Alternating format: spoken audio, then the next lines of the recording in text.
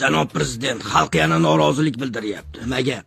O'qituvchilarning oyligini yana 3000 dollarga oshiringlar deyishyapti. Nima? 5000 dollarni oyiga yetkazolmayapmiz deyishyapti. Suv ichkim keldi. 1000 dollar. Yo, 1000 dollar qo'shsa kulgili bo'ladi. Nima degan?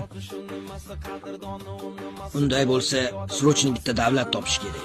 Ha, ularga qarshi urush boshlab, neftini olib qo'yamizmi?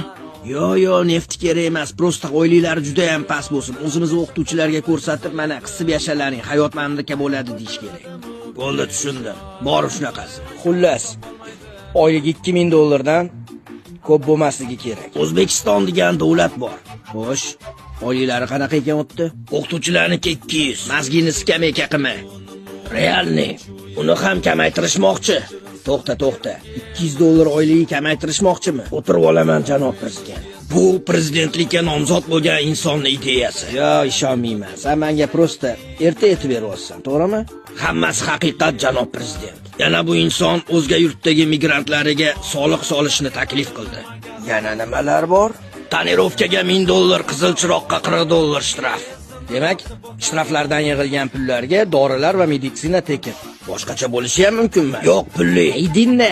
Bu hali hammasi emas, janob prezident. U yerdagi deputatlarning fikricha, kuniga yarim dollar pul topgan odam kambag'al hisoblanmaydi. To'ppa to'g'ri. U kambag'al emas, qashshoq hisoblanadi. Yo'q, ularning fikricha bu pul bilan hayot kechirsa bo'ladi. Ishonmayman. Bu barchasi haqiqat. Demak, go'sht narxi 10 sent. Go'sht 7 dollar. Umuman olganda hamma narsa qimmat. Lekin hamma narsa o'zlarida chiqadi. Xalq shu narsalarga ko'nib yashuradimi? Xalq qongi san'atkorlar va avtozavod bilan band. Bas qil. Yo'q, men xalqimga bunaqa hayotni ko'rsata olmayman. Nima qilamiz unda?